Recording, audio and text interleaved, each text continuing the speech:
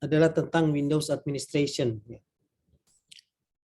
Jangan lupa ya, kita ini mendekati sistem operasi Windows dan nanti sebentar Linux itu dari sudut pandang SOC gitu ya, atau Security Operation Center, di mana nantinya di situ ada admin ya, dan misalnya diharapkan mahasiswa dari kelas ini bisa mengikuti sertifikasi ujian kompetensi keamanan cyber untuk SOC.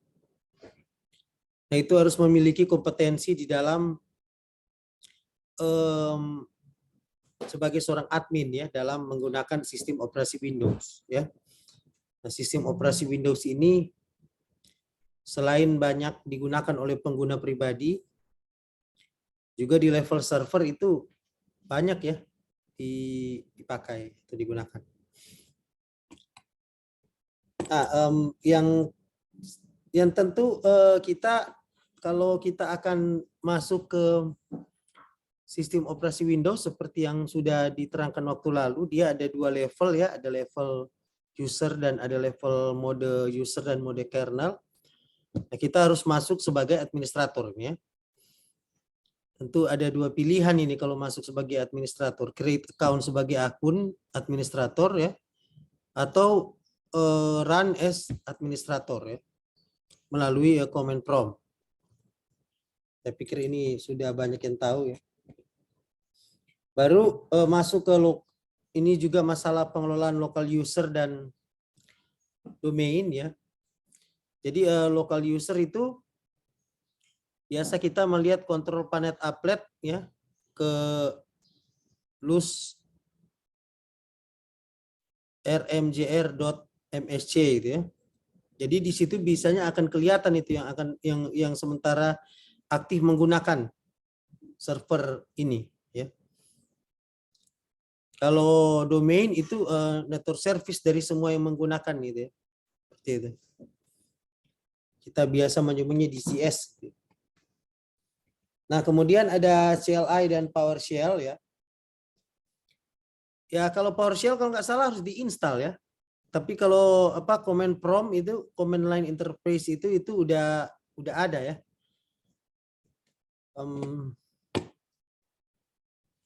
Sebentar. Ini yang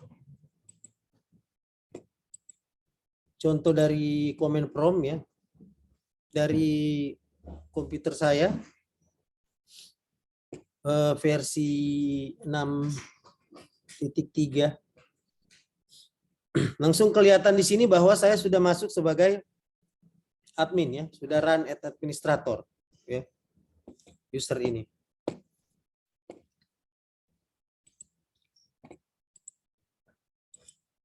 Oke, jadi itu yang CLI dan nah ini ada Windows Management Instrumentation ya. Ini bisa Anda bagian-bagian yang sebenarnya jarang digunakan orang, tapi kalau seorang admin dia harus tahu ya, yang WMI itu ya. Untuk memanage remote computer gitu. Jadi kalau ya biasa saya menggunakan ini semenjak masa-masa kerja dari rumah, itu komputer-komputer di lab saya itu saya WMI gitu ya. Kemudian menambah aplikasi putih. Jadi saya bisa tetap menggunakan komputer yang ada di lab ya, karena dia on terus. Nah, baru ada net command ya. Net command ini untuk mengecek semua koneksi jaringan yang ada di server itu ya, atau ada yang digunakan di komputer Anda. Nah, tadi task manager dan resource monitor sudah dijelaskan oleh teman Anda itu ya. Ya, task manager dan resource monitor itu dia menampilkan seluruh kondisi sumber daya ya, yang dimiliki oleh server atau komputer Anda. CPU-nya, memorinya ya. Seperti itu. Nah, biasanya kita kalau admin Windows itu kita menggunakan task manager resource monitor itu bersama dengan sys internal RAM map itu ya. Seperti yang dicontohkan oleh teman Anda tadi, itu maksudnya berpasangan itu kita gunakan itu. Karena mungkin ada waktu-waktu tertentu ya kita perlu meningkatkan KC-nya gitu ya. Atau kita perlu menurunkan memorinya gitu. Saya tidak lihat tadi ya, itu yang versi baru ya dari. Kalau punya saya sys internal itu dia CPU dia bisa atur ya, input output dia bisa atur. Jadi hanya sekali download itu bukan hanya memori ya, dia biasanya sys internal RAM map itu banyak itu aplikasi yang bisa di download sekalian gitu ya. Kemudian di running dan bisa mengatur semua resource ya, seperti itu. Digunakan berpasangan dengan test manager gitu ya. Itu penting itu. Nah baru ada kalau bicara soal jaringan ya, ini digambar tampilan untuk men-setting jaringan. Tapi kalau biasanya kita ada itu ya, net sh.exe untuk configure networking parameter ya, tapi main dari command prompt. Baru biasanya kita sering menguji misalnya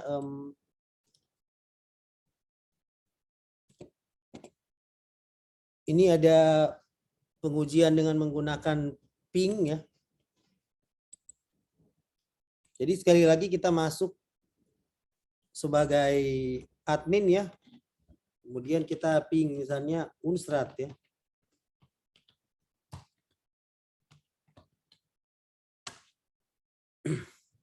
Jadi kalau Anda lihat di sini nanti begitu kita ping enter ya, kita memberi perintah kepada komputer kita untuk mengecek sambungan ya, network adapter. Apakah network adapter kita berfungsi dengan baik? Kemudian mengecek domain ya. Sesudah perintah ping, apakah domain itu aktif? Di sini Anda lihat itu. Kalau dalam TCP/IP model ya, perintah ping itu dia akan bergerak di salah satu protokol ya. Protokol IP aja untuk mengecek apakah IP itu aktif atau tidak ya. Ini sangat baik, ini tampilan pagi ini ya. Yang dikirim paket yang dikirimkan 4 diterima juga 4, tidak ada yang loss. Ya. Nah, tentu kalau kita ingin mengetahui alamat IP dari Unstrat itu ya, kita mengecek server DNS ya. Itu perintahnya ns lookup ya. Jadi di sini dia bilang address-nya di sini ya. 103.084.016.044. Saya selalu bertanya kepada mahasiswa biasanya. Ini nama domainnya. Nah, ini apa ini? Ini coba Anda cari ini ya.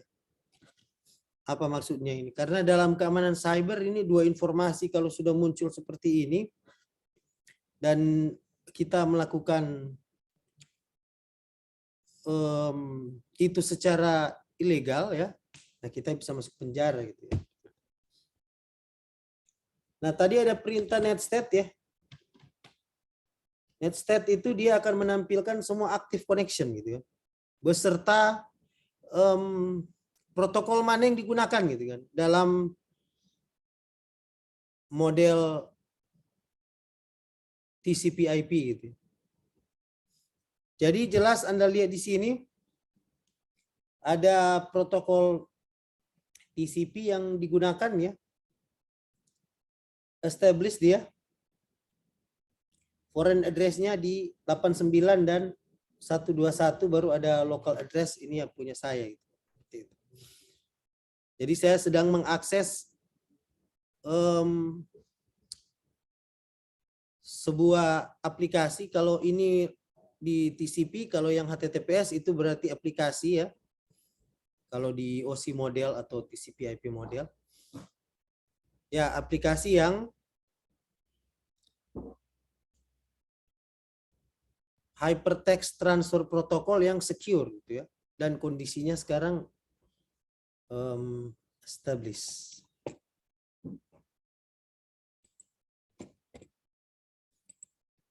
Nah, ini Anda harus latihan-latihan ya sebagai admin, ini harus paham itu bahwa kegunaan dari ping, apa yang ditampilkan dari ping, cara kerja ping. Ping itu kalau di TCP/IP model dia di level aplikasi ya. Begitu juga dengan NS lookup gitu ya. Ada perbedaan sedikit tentu kalau kita menggunakan ini misalnya kan ini kalau tadi kita ping ya. Anda lihat informasi yang ditampilkan itu.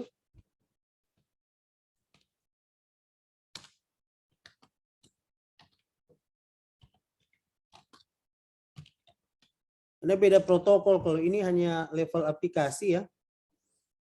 Jadi dia hanya mengecek apakah alamat itu reliable atau tidak dan bisa diakses. Sedangkan kalau misalnya kita menggunakan ini ya, sama di level aplikasi juga trace rate. Informasi yang ditampilkan itu berbeda dan sedikit lebih detail daripada ping. Kalau tracer itu dia bukan hanya ping ya, tapi dia mengecek TCP dan IP-nya gitu. Apakah dia hadir dan jalur mana komputer saya itu melewati berapa titik ya. Kalau di sini dia melewati yang dia tampilkan ini 30 hops ya. Ternyata belum sampai 30 hops itu sudah dideteksi dan ditampilkan.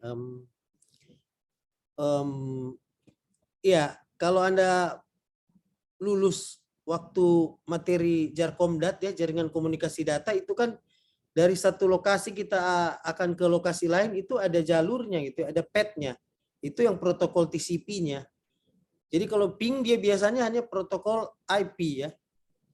Hanya mengecek apakah lokasi itu hadir, reliable dan bisa diakses. Sedangkan TCP itu dia menentukan jalannya. Dia mesti pisini dulu, dia pisini dulu, dia pisini dulu.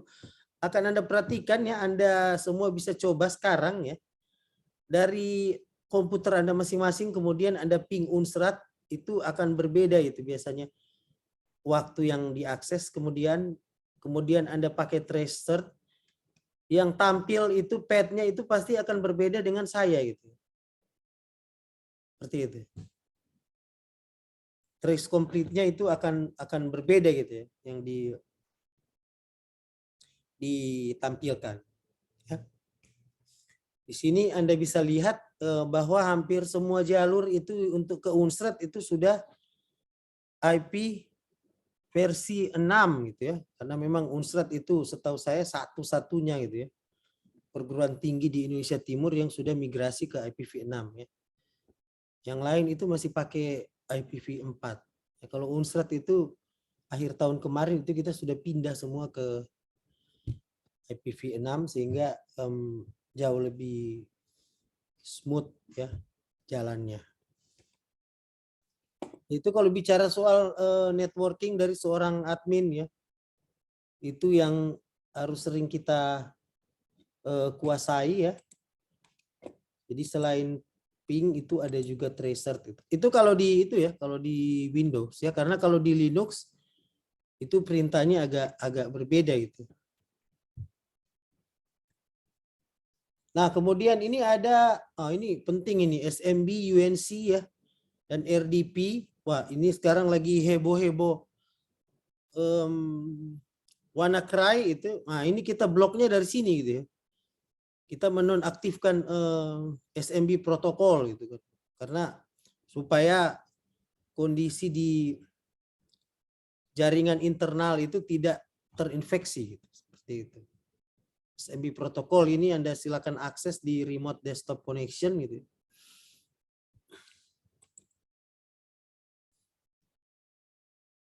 Nah, baru kemudian kalau bicara Windows Server ya nanti kita akan lihat kalau servernya. Dulu saya punya Windows Server sendiri ya di Leptic. Kemudian itu dipindahkan di ruangannya Mner Safet di gedung lama. Saya tidak tahu kalau masih aktif, nanti kita akan cek ya. Kemudian kita akan coba testing ke situ nanti. Oke, ini praktikum yang ada ya.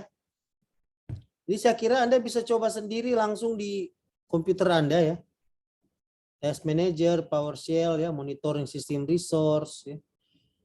Nah, yang terkait dengan Windows Security itu yang seorang admin harus kuasai itu, saya sarankan Anda main-main lah di Netstate Command ya. Jadi Netstate Command ini adalah alat atau tools yang kita bisa menggunakan ya koneksi yang inbound dan outbound. Maksudnya jika ada koneksi yang not authorized itu bisa kelihatan dari Netstate ya. Seperti itu ya. Jadi Anda buka Task Manager dan Anda lihat Netstate/apno, itu maksudnya yang koneksi-koneksi yang abnormal itu. Itu kalau di Unstrat itu hari-hari dorong periksa ini, biasanya kita orang biasanya baku sedu ya.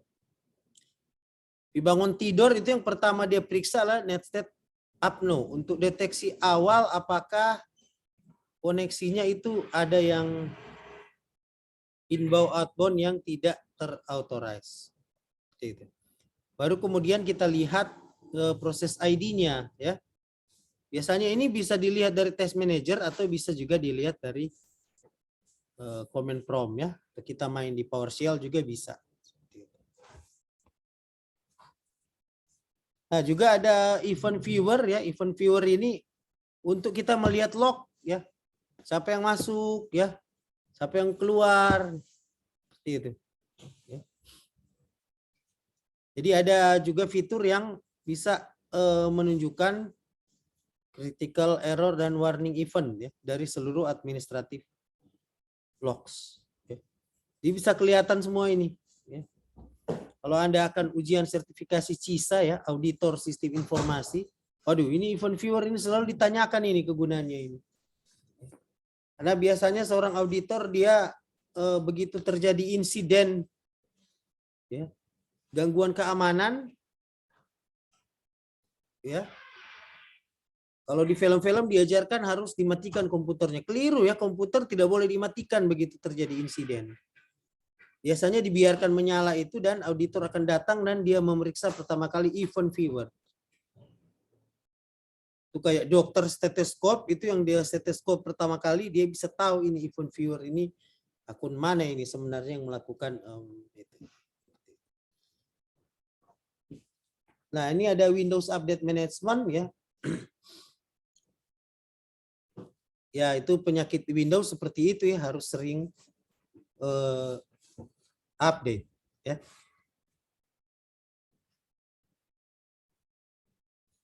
Jadi kita bicara soal Windows original ya, bukan Windows bajakan. Nah, local security policy ini juga sangat penting ya untuk kita setting ya.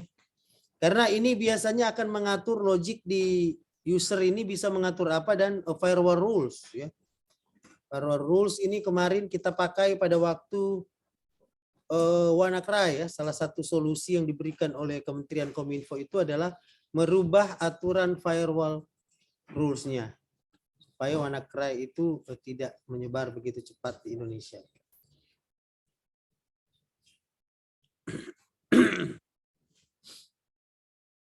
Nah, yang sekarang itu Windows itu sudah punya Windows Defender ya.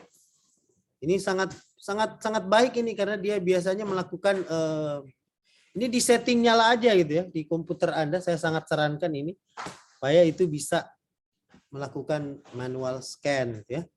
Dia bisa memeriksa CPU, memori dan hard disk Anda itu ya. Supaya bisa ditemukan ya kalau ada masalah-masalah gitu ya. Nah, ini Windows Firewall ini biasanya jadi andalan admin ya. Untuk kita lakukan settingan-settingan ya. Mana aplikasi yang bisa jalan, mana yang tidak bisa ya. Itu biasanya menggunakan Windows Firewall itu di situ.